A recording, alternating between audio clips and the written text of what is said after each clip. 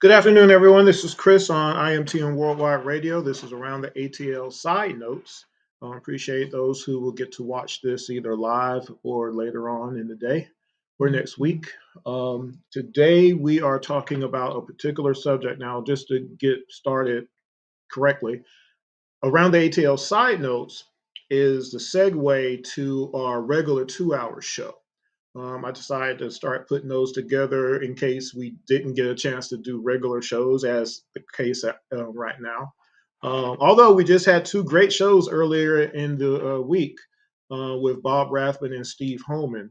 Of course, Bob Rathman does the play-by-play for the Hawks on Bally, and Steve Holman does the play-by-play for the Hawks on 929 The Game. So if you missed those interviews, make sure you go back to IMTN Worldwide Radio on YouTube. Make sure you subscribe and listen to those two shows. That being said, I want to welcome everybody again, and make sure you do subscribe to the page. It really does help out if more and more people get to watch the show. I do appreciate it. There's a lot of things that we do on the Atlanta side of things, and I just appreciate the support over these last 4 or 5 years, but definitely would like to grow even more.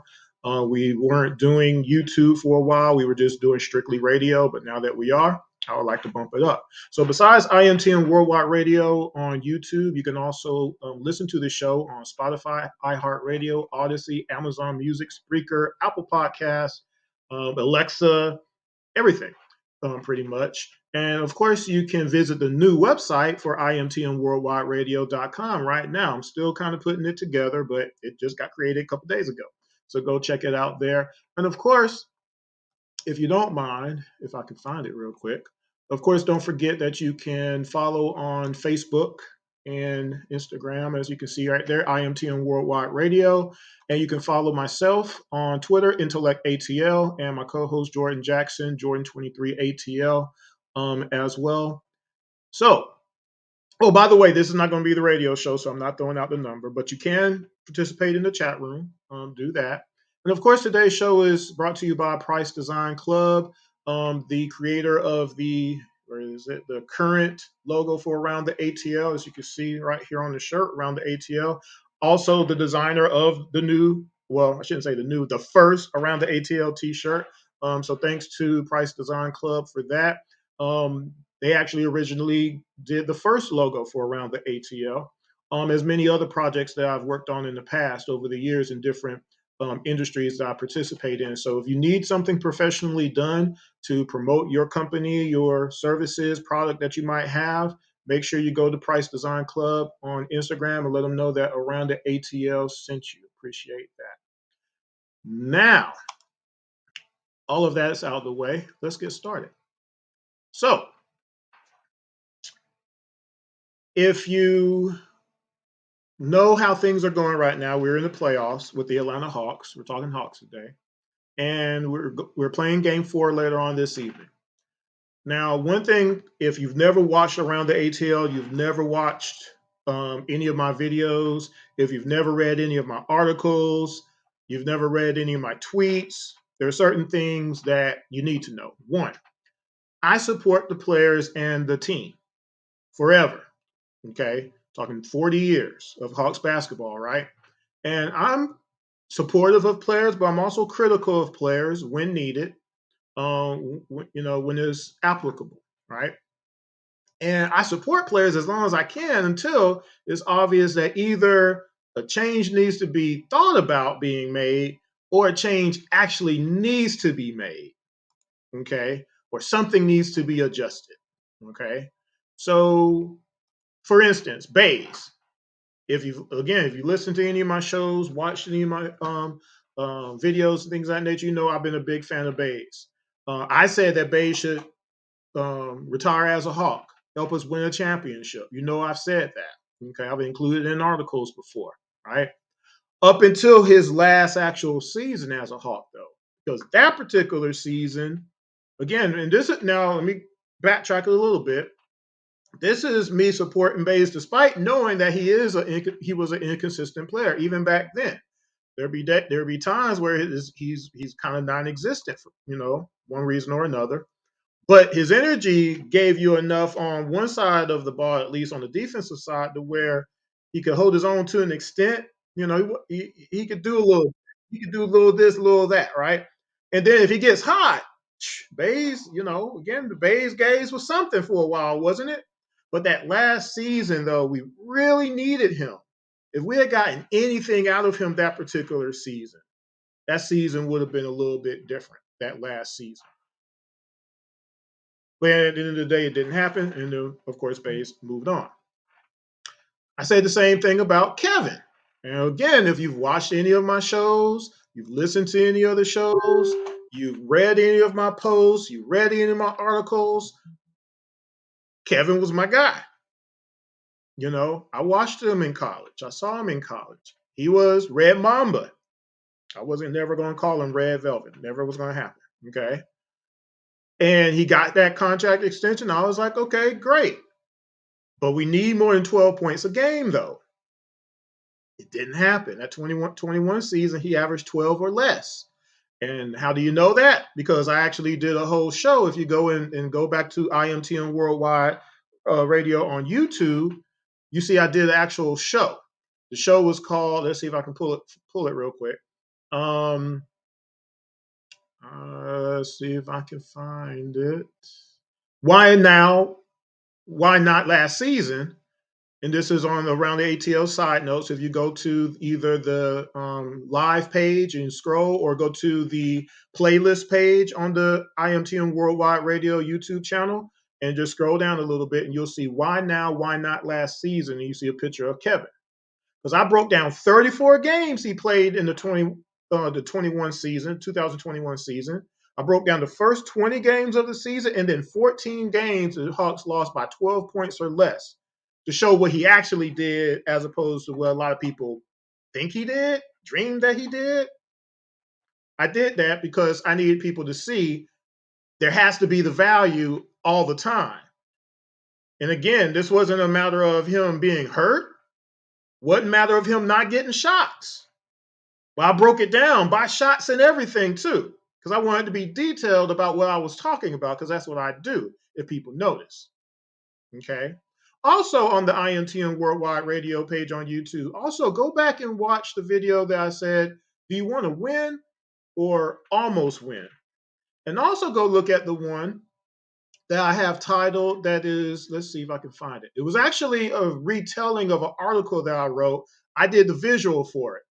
The article was, we can't be a one-dimensional team and expect to win, not when we have two guards like Trey and Murray under the we have those guys on our team. So I did an article titled that, and then I did the video of it. On the page is titled Hawks Basketball. It's simple. It's right after episode 120, though, if you want to go watch it. That was talking about coaching. So here I'm talking about players. Now, by the way, I've actually done a video about Hunter not too long ago. Well, I guess it was a couple months ago now, 4 months ago. Okay. No, I take that back. I don't know if it was that long ago. I think that was another video I'm thinking about. But I did do a recent video about Hunter. It was about false expectations. Go watch that video on IMTN Worldwide Radio on YouTube. Because on that particular video, I had broke down his previous 10 games when he had gotten hurt. The last time he was hurt, I pulled his last 10 games from then. And they included some of his good games and some of his not so good games, and I put in the record of all of those games as well, on the premise of the fact that he was drafted 4. We moved up to get him. We pulled him from a national championship team where he was also named National Defensive Player of the Year. That right there is my answer to that one person who, wanted to be all belligerent with me, or whatever the word is. I can't talk right now. About him not being a stopper. He was drafted as the National Defensive Player of the Year. Just have to say that out loud. Because people, for whatever reason, forget about that kind of stuff. It's important, though, when you move up in the draft to pick your wing player, the wing player that is important in the NBA more so than any other position to an extent, because that position has so many tasks that they have to be able to do. And one of them is definitely defense, because guess what? Usually the other player on the other team is a wing that's dropping 30 on you every night. So that's why I did that video about false expectations. But besides that, besides going back 10 games, I also included players who are also small forwards across the NBA that are higher in different categories than Hunter is. And I asked the question, do you not believe that Hunter should be better than that player? And I named all these different players. Go back and watch that video and see the names of the players that we're talking about and ask yourself that question, and then come back to this video. So I just wanted to go through all of that before I get started on this second video that I'm doing on this same topic. Okay. And again, I don't know who's all going to watch this video. I decided to do this video when I finally had some time. I've been injured and ill this week, and I wanted to try to get this in before tonight's game. So here it is. So I didn't get a real chance to promote it or whatnot. I'll try to funnel this in front of everybody after the fact. But I wanted to make sure I got this video down. So make sure you go back to IMTN Worldwide Radio on YouTube and watch all those particular videos that I just mentioned. And just go through all of them if you could. That'd be great. Now, that being said, let's talk about today's show. So let's see if I can find out. Or not find out, but pull it up here. Here we go. Should we expect more? Okay, that's the question today. Now, we're talking about the playoffs. Obviously, we were down 2-1, right? There are a lot of people who have been defending Hunter, mostly on Twitter, at an unprecedented level, giving all kind of reasons on, why he's not really producing and this and that, and it's hard to play defense and play offense at the same time. And see right there, that just there's too many examples that you can do it. You see what I'm saying? And again, it goes into, well, those players are great players of all time. Well, what if they're not even great players of all time? What if they're just really good players that are just doing their job? You see what I'm saying? I'm like, do we not want this one player to be better? That's what the title of this show today. Because for me, that's just an excuse, because I see other people do it, right? But besides all that, there's people saying on Twitter how it's hard defending Tatum and all this and being productive on offense, like I said. And, again, he was our number 4 pick that we moved up to get him as a defensive wing off of a national championship Virginia team. We're not supposed to believe he's supposed to stop anybody and be reliable on offense. When I say reliable, I mean being efficient, being reliable. But again, let's harken back to that Miami series and the points that he was dropping. There wasn't an expectation that he was going to be as good, if not better, at that point from then on in, because the Hawks gave him a contract based off of that, didn't they? And I'm taking out all of the injury issues. I'm throwing that out. I'm just talking about when he's on the floor, if that makes sense. Okay. So let's backtrack a little bit. So game 3 was recent. We won that game, obviously.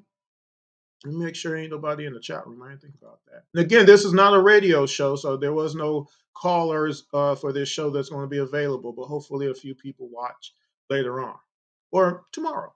Matters not. Game 3, Hunter was 4 for 11 from the floor. He was 1 for 6 from 3. Okay. Scored 11 points the whole game. Had 2 rebounds and 1 assist, had 2 turnovers. His counterpart, Tatum, had 29 points, 10 rebounds, 5 assists, and 2 steals. Well, Chris, Tatum's an MVP candidate, and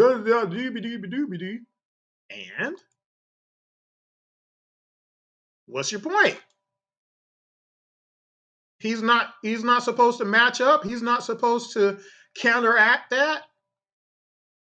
It's a number 4 draft pick.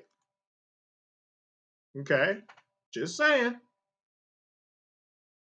4 for 11, 1 for 6 from 3, 2 rebounds. He couldn't contribute more on the rebound then? You don't think he should get more than 2 rebounds? Tatum had 10. You don't think Hunter should get the ball to a couple other people every now and again? Tatum had 5 assists. Game 2, Hunter was 8 for 19 from the floor, 2 of 9 from 3, had 18 points, so he scored a little bit more. Had 12 rebounds. See, he could do it. There's 12 rebounds. The next game, he had 2. The game before, he had 12. He can do it. He had 3 assists. He had 2 more assists that game. He had 4 turnovers, though, yeah. But he can rebound and he can pass the ball. There it is. There's some proof. Now, Tatum, again, had 29 or 27, whatever it was. Had 10 rebounds again. Had 6 assists, a steal, and a block. That was game 2. Now, game 1, Hunter was 4 for 10 from the field, 1 for 4 from 3, had 11 points, 3 boards, 2 steals. Tatum had 25 and 11. So, again, at a certain point, should we not expect more? If you can't slow the person down on the other end, we need more production. Or we got to have something. We got to have one or the other. We either have to have great production to offset the production of the other player and negate it, or we need a slowdown of the other person. Because again, all these years, it's not the point guard dropping 30 points on us every night, y'all. It's either the shooting guard or the small forward of the other team. And then, depending on the team, the center. Right? Am I wrong? Look at the games.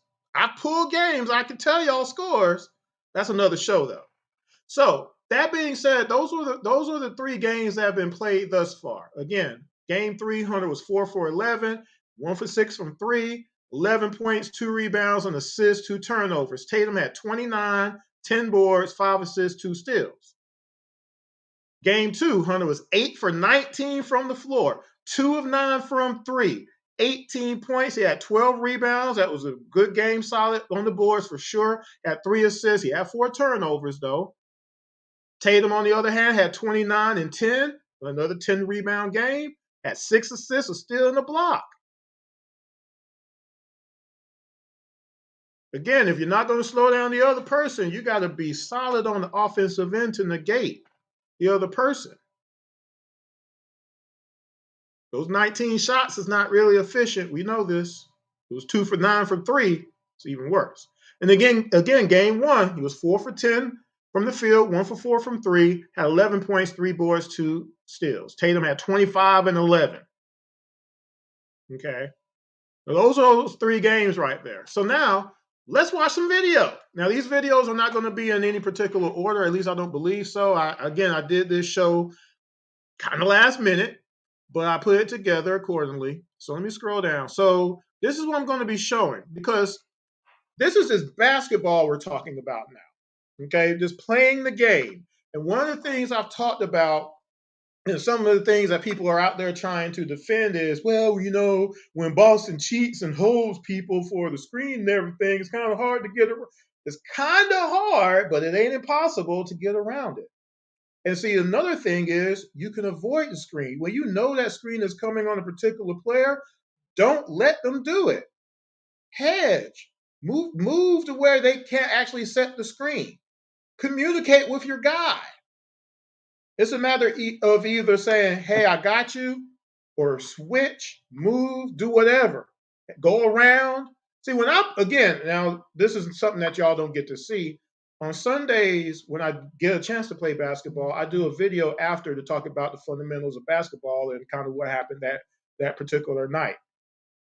And I talk about communication a lot in regards to knowing who your teammates are and knowing what to do in particular situations and how to avoid certain things, how to avoid me being on a point guard that I do not have the foot speed to handle. And so if somebody is trying to switch, guess what I'm doing? I'm slipping that. I'm not allowing you to get around me. I'm staying with my man. Oh, Chris, well, Al and other people were holding Hunter and stuff like that.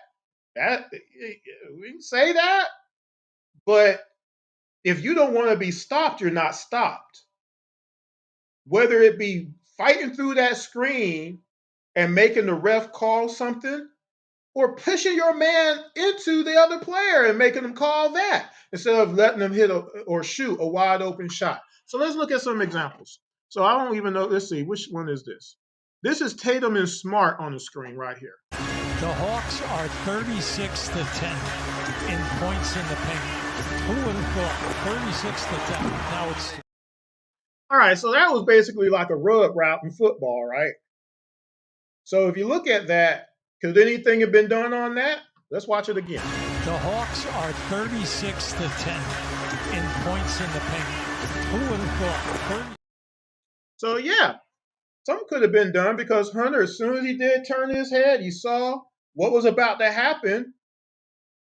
He could have said, Trey, go through. Boom. Can't cut through if you're in front of your man. If you went around it, you can avoid that. And at the end of the day, if you couldn't, we needed somebody else to rotate, whether it had been Clint or whoever on the other side, instead of giving up a wide open dunk. That's just me, though. But that's just a little bit. That people will say, Chris, that's not that bad. Okay, well, let's watch another. Did not look like it was deflected by Hunter. Here's Tatum rising and hitting another three. 15. Hunter just stood there on that one. Oh, well, Chris, Al Horford actually hit him. Yeah, kind of, sort of. But at the end of that, the play was still going. He needed to get over that quick because guess what? His man was open. He has an assignment. See, I play with some guys who are real old school too, and they do this to me all the time because they know they got to do it because I'm gonna get hand in your face. I'm trying to block your shot. And so if there is a screen, if actually is a legitimate screen, but then they try to hold a little bit, guess what I'm doing? I'm getting around it so I can get my hand up in the air. And if the man still hits it, fine. But at least I'm going to be in front of my man still. Okay, I don't care what the other center did. Matters not. Hunter just stopped playing. This is the playoffs. And he just stopped playing, clapping your hands and all that. I'm sorry. He's the guy right now. He's our wing. He's supposed to be our wing. If you didn't see it from the beginning of the show, he was a number 4 pick who was drafted because we moved up to get him, coming from a team that just won the national championship, and he was Defensive Player of the Year. Sorry, there's an expectation factor just because of all of that. Don't want the heat, get out the kitchen. But let's go to the next video. Tatum gets to the loose ball. Celtics down 5, 3.5 to go in the third. Tatum keeps the dribble, step back 3. Off target. Watch it again. Tatum gets to the loose ball. Celtics down 5, 3.5 to go in the third. Tatum keeps the dribble, step back 3. Off target. Now, when you're talking about players and hedging and things of that nature, and this was just a general video on this one right here. It's about picking up your man and staying with him and knowing that at the end of the day, this is what Boston is going to do all night. Hedging is all about talking. And again, whether it be your guys on the floor with you or the bench. Someone has to help and say, or make it recognizable to say, hey, go through. I got your man. Now, there's a lot of trust that's involved in that too. But see, again, I've been playing for 40 years, 35 years or whatever it is. And once you know who's on your team, then it's a matter of communicating. Sometimes you do it at the very beginning of the night. Say, hey, are we staying with our man or are we switching? Whoever we got. And sometimes it's in the middle of a play to where you got to change that. I got you. Go through. No, I'm going with them. Whatever. And if that happens, you're all right. Because if not, you get messed up. Now, here's one I really want to kind of talk about a little bit. Mark, and it's rebounded by Smart. Midway through the fourth, Boston ball down 5. Tatum on the attack. Blocked by a Kongwu. Tatum got it back. The reason I want to talk about that one is, again, Tatum needs to be guarded by one person. And that person needs to go and get him. If that's my man, I'm going to go get my man. I'm not going to allow somebody else to pick him up. Oh, well, Chris, only Hall of Famers do that. No! You see how you become a Hall of Famer? You take the responsibility of being the best defender. You have it in your mind that you are the best defender on the floor. At a certain point, you got to be that person, or what are we even talking about? He was the number 4 pick that we moved up for, got him from a national championship team. They just won it, and he was a National Defensive Player of the Year. Not the number 5 pick like Sheldon Williams. I'm going to get into that a little bit later. He was the number 4 pick in the draft for us. I need him to pick up Tatum. I don't need for O to be picking him up and getting the block. I needed Hunter to get his man and let somebody else carry over and get the other guy. That's your assignment. That is your guy. For 48 minutes, 30 minutes, whatever the minutes you are out here, you need to be on your guy. That upset me too. Atlanta 0 for 2. Meanwhile, for 3. So Young goes to the basket, missed the layup. Young made his first shot, missed his last 2, and here comes Tatum. He'll pull up for 3. He literally said, Clint, you got him. What are we talking about here? Want to watch that again? Atlanta 0 for 2. Meanwhile, for 3. So Young goes to the basket, missed the layup. Young made his... Not even letting that finish, because Hunter's at the top of the key watching what's going on. As soon as that shot went up and he saw that Tatum got it, he needed to be coming back and getting his man. But no, he's way up on the other side of the court. This is what I'm talking about. See, again, it's a matter of the expectation factor. He's the small forward starting with the extension. It matters that he got an extension. It does. Because look at what he got that extension based off of. A lot of missed games and 13 points a game, give or take, average. And out of that, 1.5 seasons of almost pristine defense. The rest of it, not so much. We needed that this year. The 2022 season, we needed a top 5 defensive player of the year performance. If we had gotten that this year, this season would be a completely different season. Just like it would have been if Kevin had a better season in 12 points game or less, which, again, go watch the video I did on IMT and Worldwide Radio under the Why Now, Why Not Last Year title video about Kevin. The picture is on there. You'll see it. So let's go to another video. Big thing right now is, can you prevent Boston from shooting a high percentage in threes?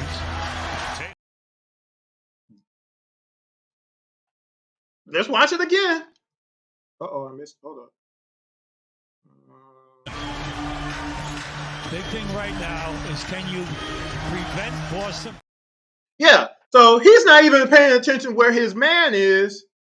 He glides into another player, and at that point, the player says, "Oh, well, you weren't paying attention to what you were supposed to be doing your job. Gotcha." And then Hunter just stands there. Again, that's not how you fight through a screen. That's not typically how you do it. I don't care what level of basketball you are in. Big thing right now is, can you prevent Boston from shooting? Smart did exactly the smart thing. He was out of position. He wasn't where he was supposed to be at all. He didn't know where his man was at. One of the biggest things I've been talking about for basically 5 years, talking about on the overhelp side, is how can you have your back turned to your man? Ever. Because you don't know where your guy is. That almost inevitably means if he cuts, he's open. And we saw that. I'm coming to that video too, eventually. Because it happens a lot on our team. Because it's not something that's been trained out of our team. It's been let go. People just let it happen. Just let it happen.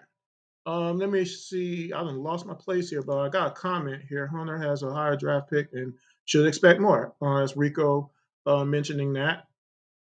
It's a principle. Again, and I'm going to say this. I'm cutting ahead a little bit, but just because Rico mentioned it and just say it again, I've been saying it this whole show so far. When are we going to have an expectation that a high draft pick is going to do something for the Hawks? Remember our draft history. I've done plenty of shows on it. I ain't going to do that today. I got a limited time today. Marvin averaged 10 points for his whole career. Long career he had. Stayed in the NBA forever. The highest he ever scored for the Hawks is 14.8 points in a season. Number 2 pick in the draft. Okay? Yeah, Sheldon at 5. Of course, we know we got us a Hall of Famer in Trey. You know that. Man's averaging 25 and 9 for his career. He's going to lead the league in 30 and 10 games eventually.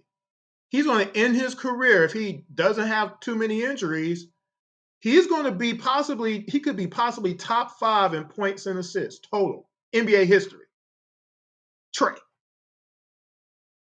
If he keeps pacing where he's pacing right now. We shouldn't expect 18 points a game from Hunter? Is that what y'all people trying to tell me? All right, so let me get back to my video. I think this is the 14 threes a game, 14 out of only 33 attempts. So you have to get out on the 3-ball. Tatum splashes through a 3-pointer. How come Hunter just didn't cut under Al to not get screened like that? See, at a certain point, you can't, oh, well, the refs, blah, blah, blah. Because half of these are not even really holds or anything. You're holding yourself. You're not really giving supreme effort to get around the screener. And at a certain point, that's on you as the player, knowing this is what's happening, knowing they're putting an extreme effort to make sure that this man gets open shots. Whether or not he hits them or not is one thing or another, but it's easier to hit an open shot than a contested one, at least contest it. To see if we was contesting all these shots, wouldn't even really be an argument. But that's not reality, though. And I'm showing y'all this. Well, Chris, you couldn't have got around. Again, 3 weeks ago, I'm playing a guy that's 345 pounds in the post. I ended up getting an injury because of that 2 days later. My back went completely out because I was playing the post the whole night, played 5 straight games. I'm the one taking the brunt of all the punishment and everything because I'm the post guy. But I did my job. I scored. I did my assists. I did everything. But the other thing I did is I get around my screens. I do the basics. I block out for my rebounds. I get hand in the air. I get blocked shots. I get deflections. I make it hard for you to hit a shot. I don't care how old I am. I'm still moving. I'm not out there for exercise. I'm trying to win the game because that's the purpose, right? We're in the playoffs. We're trying to win the game. Tatum's last shot of the night on game 3. He and Young have combined for 45 points and 15 assists. They have a 5-point lead at the 3-minute mark. Tatum gets fouled and count the basket. Now, that was up to a certain point pretty decent. Up until the very end where he kind of just gave up and just said, oh, well, you know. I mean, what do y'all think? He and Young have combined for 45 points and 15 assists. They have a 5-point lead at the 3-minute mark. Tatum gets fouled and count. In that case, that just he didn't move his feet. But still, kind of just shrugged off, just kind of do the rock, lean back. What in the world? Just saying. It's upsetting to me because, again, talking about the whole game. We're talking about the whole game. Again, we got too many examples, whether it be Mike, whether it be Jordan, whether it be whoever. You got to play the whole game through. And if you're the guy at the wing who's a primary, who are counting on, oh, well, Chris, we can't expect them to stop all these good plays. So we're just supposed to let these guys get 30 a night. In their case, they got 2 guys that can hit 30 a night on their team credibly. So you got to hope Murray can slow down his guy and or produce, and somebody got to do it for Tatum, right? And if he can't, then what are we supposed to do? Just keep letting them go out there for, 8 for 19 nights, getting 2 rebounds? Game 2. Game 2, they looked a lot more comfortable. Well, the level of aggression was night and day between Boston and Atlanta in the opening minutes. Tatum takes advantage to the rim, and I'll let that be y'all's opinion as far as that goes. Just saying. I'm leave that one up to y'all. Game 2. Excellent defense right there. Young looked like he had a little bit of a glimmer of hope. good offensive look. Smart to Brown. Now, on that one, that was Murray and Hunter. Let's watch that one again. Excellent defense right there. Young looked like he had a little bit of a glimmer of hope. Good offensive look. Smart. Who was Murray really defending, and what was Hunter doing? Again, 3 things that always would mess up the Hawks. Well, not mess up. That's the wrong way to say it. The one thing that always would doom the Hawks in the losses was points in the paint, second chance points, right, and fast break points. And usually those things come into play, not getting back on defense, not being able to switch, not rotating, not blocking out, and over-helping. That right there, I don't know what that was, but it was messed up. Want to watch it one more time? Excellent defense right there. Young looked like he had a little bit of a glimmer of hope. Good. You had 2 people guarding Smart. That's how that happens. Why was Hunter paying attention to anything what Smart was doing? Where is his man? His man was going around because he could see his eyes are not where they're supposed to be. And you cut. See, that's another thing that's natural because, see, when that's natural, you're always moving to the basket. Our team don't do that because that's not how we've been trained. Our team's been trained to stand on the 3-point line. 3 people stand behind the 3-point line. Clint down there doing whatever. And then you got Trey at the top. And or if Trey ain't in the game, it's Murray. And that's what we do. And we just got to hope we get lucky. It's not good. And again, hard to adjust all that in 20 games. Coach Snyder has done a decent job of being able to do that. But again, this offseason is going to be, hopefully that all swept away forever and ever. We'll see. But you saw what happens when you can take advantage of it. All right, game 1. He's been a pest on the offensive glass, although Boston has dominated the boards overall in this first half. Oh, what a look. And Brown. What exactly was Hunter doing there? Want to watch it again? Let's watch it again. He's been a pest on the offensive glass, although Boston has dominated the boards overall in this first half. Oh, what a look. And Brown. There's no reason for you to do anything but pay attention to what your guy is doing. If you lock your guy down, that takes him out of the offense. Period. If I got to play somebody on the outside, if I'm not in the post for whatever reason, like for instance, if like there's a mouse in the house and one of our guys got a mouse in the house, I'm coming out the paint because that's you. But I'm not going to just be watching what you're doing. I'm staying with my man. And if I got to go all the way around the three-point line and all the way around whatever, I'm following my man to make sure he can't get free.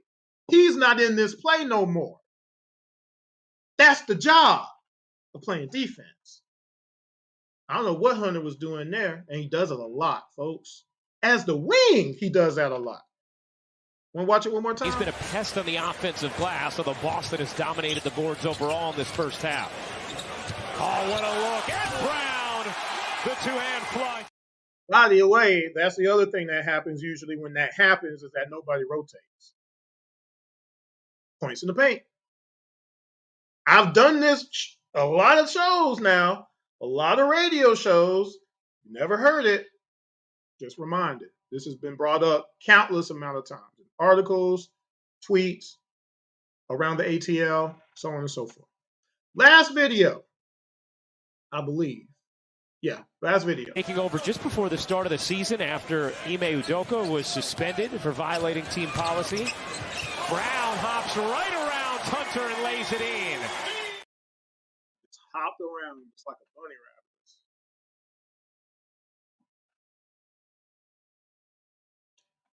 He has to be the stopper.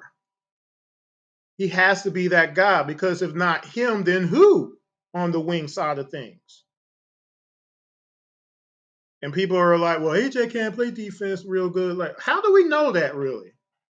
And at the end of the day, there's a lot of times he's held his own. He gets steals when he's in games, hasn't he? Block shots, hasn't he? And then on offense, you know he can hold his own because one, he can get his own shot, and then two, he can shoot 40% from three. He shoots a high percentage. Just as an alternative, I mean, at a certain point, that's with anybody on the floor. You can't let nobody just shoot you out the game. I've been said that a few times now. I don't care who it is. Trey, Murray, John, whoever. Got to get them out. We got a bench. Use it, right? So that's video coverage. That's video coverage. So now let's talk about actual number 4 draft picks. Because here's the crux of the argument that I have in regards to should we just not care at all, and just let it be, like the Beatles, let it be, right? Or Paul McCartney. I can't remember if he did that with the Beatles or not. So here's the deal, what I did. I went through the last 30 years of number 4 picks. And I want you to think about the names I'm about to utter. Okay? Think about the names I'm about to utter and say, shouldn't we expect Hunter to be at least as good as some of these guys or better at a certain point? Let's think about it. Now, I'm going to start from the 90s and I'm going to come all the way up. Okay? 1990, Dennis Scott, Georgia Tech alum, Orlando Magic, 3D. He was a number 4 draft pick. You know what kind of career he had, right? Solid career, right? Right? 1991, Mutombo, Georgetown, Denver Nuggets. Now, you know what kind of career he had. Number 4 pick, center of centers, block shots. No, right? Kimbe, former Hawk, number 4, right? 1991 now. Okay? 1992, Jim Jackson, Ohio State, Dallas Mavs. He was definitely a solid player for a good long time, right? 1993, Dallas Mavericks again. Jamal Mashburn, Kentucky, the Mash. Y'all remember how good he was, right, for the time that he was not hurt, right? Jamal Mashburn, he had a name, right? 1994, Danielle Marshall, Connecticut, Minnesota Timberwolves. Now, not so much as far as on the draft side, you know, how good he was over a period of time, but he stayed in the NBA a good little bit. 1995, however, we know this person meant something in the league. Rasheed Wallace, North Carolina, Washington Bullets at the time. Rasheed Wallace made a name for himself, didn't he? Both offense and defensively, right? Played for a long time. 1996, Starberry, Georgia Tech again, Milwaukee Bucks. Starberry is Starberry. Never forget that, right? 1997, Antonio Daniels, Bowling Green, Vancouver Grizzlies. That team doesn't exist anymore, obviously. Antonio Daniels, a solid career, number 4 draft pick. 1998, Antoine Jameson, North Carolina again, Toronto Raptors. Jameson was pretty decent. You don't think Hunter could be at least as good as Antoine Jameson? Better than him, possibly? I mean, think about some of these names I've mentioned. Do you not think Hunter should be at least as good, if not better, than some of these draft picks that I've mentioned already? Okay? And for those who are just chiming in, make sure you go back and watch. I have video and everything for y'all. Y'all missed that already. 1999, Lamar Odom, Rhode Island, LA Clippers. You know what Lamar meant to that Lakers team. And even on that Clippers team, you know he was a really good player. But he got almost borderline exceptional when he went to the Lakers and playing with Kobe. You don't think that Hunter should be on a Lamar level at a certain point? He can't give us 19, 20 points a game, and he can't be a stopper on defense? He can't do it? Are we sure? Are we sure? Watch the video again if you got any questions on that. I had like 10 videos from the last 3 games. All right, so that was the 90s. So let's hit the 2000s. Number 4 draft picks I'm going over y'all right now. Number 2, the 2000 was Marcus Fizer, Iowa State, Chicago Bulls. Eddie Curry, 2001, Chicago Bulls. Decent length, but not a standout career necessarily as a number 4 draft pick. 2002 was Drew Gooden, Kansas, Memphis Grizzlies. 2003, of course, he will be in the Hall of Fame. Chris Bosh, Georgia Tech again, Toronto Raptors. How are these Georgia Tech guys never anyway? Right? Toronto Raptors. Chris Bosh is going to the Hall of Fame for his overall career, of course, his rings. Number 4 draft pick. 2004, Sean Livingston, high school, Peoria, LA Clippers. He was able to get some rings. Sean Livingston had a pretty good career despite his injuries. You don't think Hunter can be as solid as Sean Livingston or better? At least? 2005, of course, is Chris Paul, Wake Forest, New Orleans Hornets at the time. Chris Paul going to the Hall of Fame as a number 4 draft pick. 2006 was Tyrese Thomas, Louisiana State, Portland Trail Blazers. 2007, Mike Conley Jr., Ohio State, Memphis Grizzlies. Pretty good player, right? 2008, definitely a Hall of Famer, obviously. Russell Westbrook, UCLA, Seattle Supersonics at the time. Definitely in the Hall of Fame. Not a question, can't argue it, right? 2009, Tyreke Evans, Memphis, Sacramento Kings. Tyreke, though, can play some ball, though. But he hasn't had the greatest career of all time. The last group, 2010, Wesley Johnson out of Syracuse, went to Minnesota Timberwolves.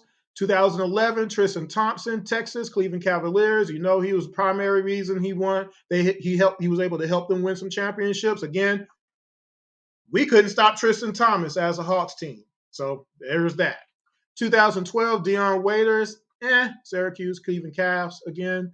2013, Cody Zeller, he's still out there, Indiana, Charlotte Bobcats as a number 4 draft pick. That's what we were talking about. 2014, Aaron Gordon, our Arizona, Orlando Magic, now with, I believe, Denver. Or no, is he with Denver still? I guess so. Aaron hasn't, slam dunk competition. What is it, 14, 15 points a game? He hasn't really done, not really. Hunter ain't better than him. You see what I'm saying? 2015, the Latvian Dirt, Kristaps Porzingis, New York Knicks. Pretty good player when he plays. 2016, Dragan Bender, Israel, Phoenix Suns. Haven't really seen him. 2017, Josh Jackson, Kansas, Phoenix Suns. 2018, Jaren Jackson Jr., Michigan State, Memphis Grizzlies. We know Jaren, Triple J, pretty good player, right? 2019, obviously, Hunter with us. 2020, Patrick Williams. 2021, Scotty Barnes. 2022, Keegan Murray. Hunter ain't better than Scotty Barnes? Or he's not supposed to be better than Scotty? Keegan Murray? So that's 30 years of the number 4 draft pick. So again, when you're talking about expectation level of moving up in the draft to get the 4, getting him at 4, drafting him from a national championship winning team, and he had just also won National Defensive Player of the Year. And now here it is, year 5, and he's not able to get us 19, 20 points a game every night, doggone it, because he's getting the shots. I'm listing y'all shots. He's getting the shots. It's not that. Right? He's not able to lock down nobody. Think about all the teams that have been who we played just in the last 2 years, where we had the opposing players on the other team dropping 30, 40 points on us.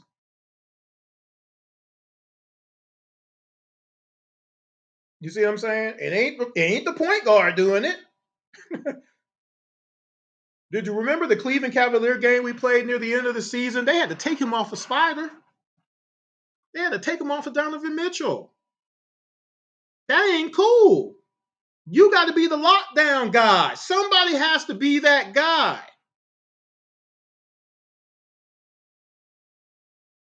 And sometimes you need more than one because the other team has more than one.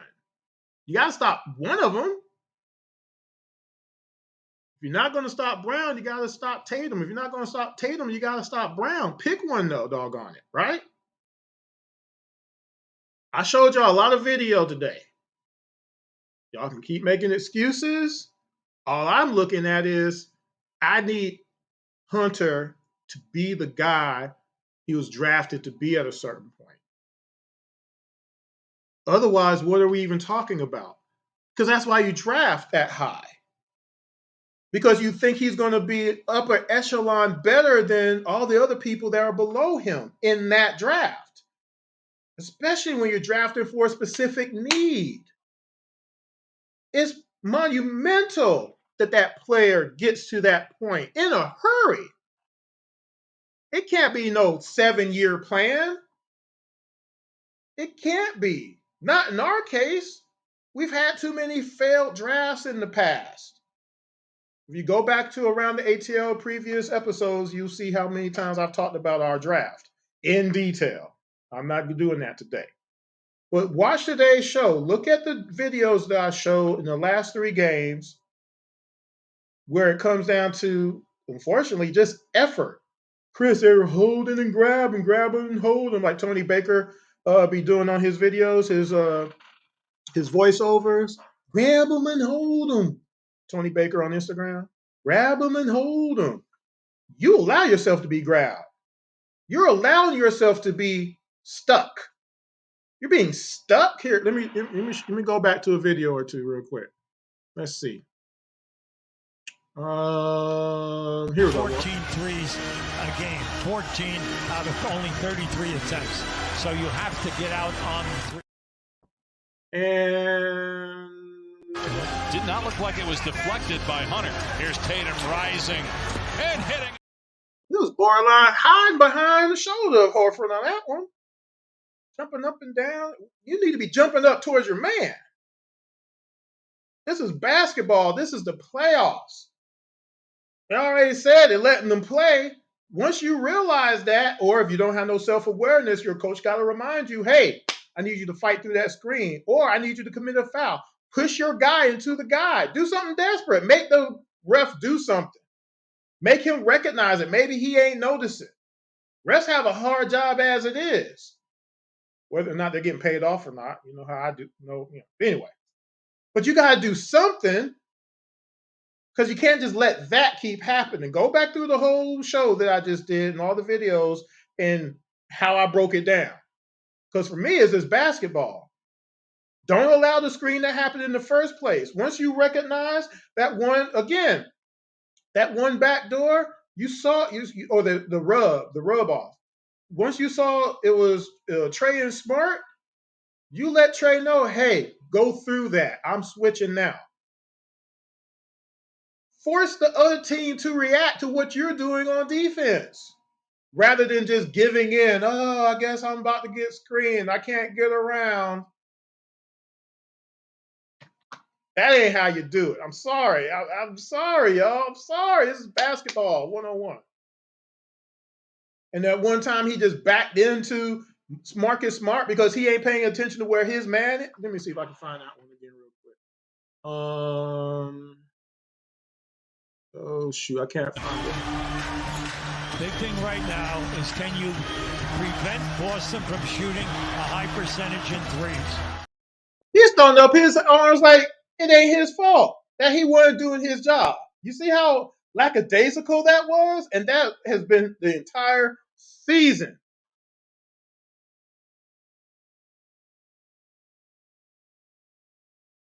Defense is partial technique and knowledge, and then the rest of it is effort. But you got to know what you're doing. You got to know where you got to be, and the how, and the why, and the communication wise. That's why they've been talking about in Boston doing hand signals and stuff like that, because now, okay, well, now you can't hear me say, hey, I got your man, or switch or whatever. Now you got to do gang signs and stuff out there or whatever. That's cool and all if you implement it and actually do it. But when you're in an environment where you can hear and you ain't doing it, then that's a big problem. But it should be natural at a certain point too, to know when or when not to switch, when to hedge, when to fight. You know who's out there. You know that's Jason Tatum, MVP candidate. And you're just going to keep letting him shoot wide open shots? You're going to just let him walk into threes?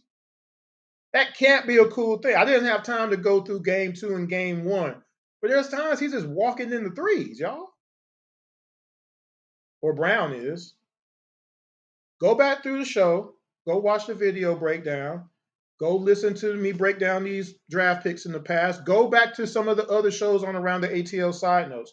Go watch the video, the first video I did in regards to false expectations, where again, I broke down 10 games from Hunter, and then small forwards in the league that categorically are higher than Hunter, and you make your opinion. Shouldn't he be higher than all these guys that I listed? Go watch that particular show on IMTN Worldwide Radio. Also, go watch the show I did about Kevin and showing what he actually did in the 2021 season as opposed to what people think he did. I listed everything, broke it down. Also, go watch the video that is titled, let me see if I got it again. It says Hawks basketball was basically the visual version of an article that I wrote. We can't be a one-dimensional team and expect to win, not when we have two guards like Trey and Murray. Go watch that video, okay? And then also go watch the video, do you want to win or almost win? All of these are on the IMTM Worldwide YouTube page. Go check them out. If you've never watched or listened to Around the ATL, the podcast, you can go to Spotify, iHeartRadio, Amazon Music, Apple Podcasts, Spreaker, Odyssey, Alexa, Blog Talk Radio as well. Be sure to visit imtnworldwideradio.com. There's a new website. It's up. I haven't had time to put it on here. Otherwise, I'd make it stream right there. Oh, I guess I could do it real quick. Let's see. Also, make sure you follow on Twitter, Intellect ATL, and my co-host Jordan Jackson, Jordan23 ATL as well. And on Facebook and Instagram, IMTN Worldwide Radio. And that being said, let me go ahead and add the new one because I hadn't thought about it. Let's see. I just created the site, so I'll be adding to it over the next couple of weeks because I'm very busy. I've been working. I've been sick. I've been injured. I'm actually going to the doctor tomorrow. So that's why I didn't really get a chance to really promote this show today because I didn't think I was going to get a chance to do it. Radio.com. There it is. Scroll. Oh, well, it's not on the scroll, but all the same, there it is. Go check it out. And also on the website, I'll be posting articles, some of the articles I've been writing over the last 10 years about all Atlanta sports, because that's what Around the ATL is all about, Atlanta and Georgia sports. So I don't just talk about the Hawks, I talk about the Falcons, the Braves, the Dream, United, UGA, Georgia Tech, Albany State, all the colleges, Georgia State. We do all of that. We haven't done a whole 2-hour show in a while, but we are getting back to it soon. But if you did miss the last 2 shows, which was the interview with Bob Rathman and Steve Holman, I urge you to go watch those interviews of Bob Rathman and Steve Holman. Of course, Bob Rathman is the TV voice of the Hawks on Bally Sports. Steve Holman is on 92.9 The Game, giving you play-by-play, and he does it OG style. He's going to let you know that Hunter is having a bad game. He's playing terrible. See, Steve will say that stuff. If you've never listened to a Hawks game, you need to start doing it because Steve will let you have it. Bob has to be a little bit more diplomatic, a little bit, Steve is letting it all out there. You appreciate that when you listen to them on our show, when we talk to them and we were discussing Hawks basketball, because they let you know how it is. But I definitely want you to listen to the Bob Rathman interview for sure, starting around the 18-minute mark, because that's when we start talking about journalism, okay, and journalistic integrity, and talking about these stories that keep coming out, and the people in Atlanta that keep perpetrating those stories, no matter what. No retractions or anything, right?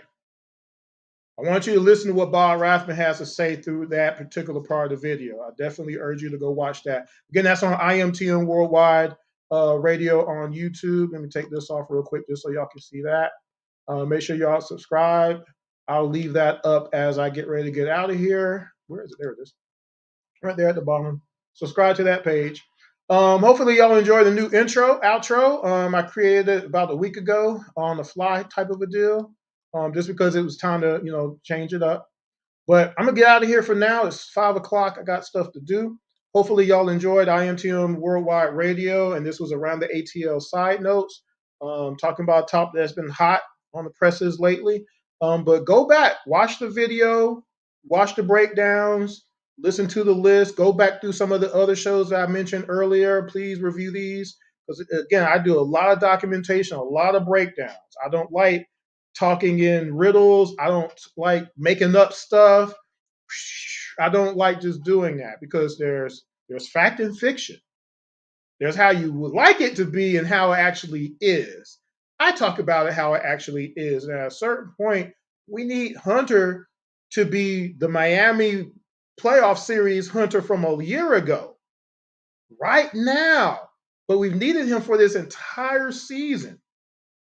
If we had gotten that version of him this entire season past the injuries, this season would be different. Because we have been able to rely on someone who not only is getting us 19, 20 points a game. Think about how many games we have lost 5 points or less this year. Think about how many games we blew after having a 10-point or more lead. We lost 13 of them this year, y'all. Just letting you know. Reminding you, this happened. We synced it, right? Go back through some of the shows on Around the ATL on YouTube here and look how I broke down some of the other things that I've been talking about for the last couple of weeks. So I encourage y'all to take a look at those shows. I mentioned them in this video, so if you get a chance, just roll back through it. I mentioned it from the beginning all the way to the end. But in the meantime, y'all take care. I'm going to get out of here. I'm going to try to rest up for this game in a couple of hours. And until next time. Oh, almost forgot. The NFL draft show is coming next week. I believe it's going to be Tuesday at 10 o'clock. So we're going to be talking Atlanta Falcons for 2 hours. So we've been doing the draft show for the last couple of years. We usually do a show before the draft, and we do a draft review show. So stay tuned for that if you're a Falcons fan. I almost forgot to mention that. So that's going to be next Tuesday night, I believe, at about 10 o'clock. So I'll post that up as soon as I confirm with my co-host, make sure he's available, and we'll get that going. But in the meantime, I'm going to get out of here. Y'all take care. This was Around the ATL Side Notes on IMTN Worldwide Radio. Till next time. Peace. We'll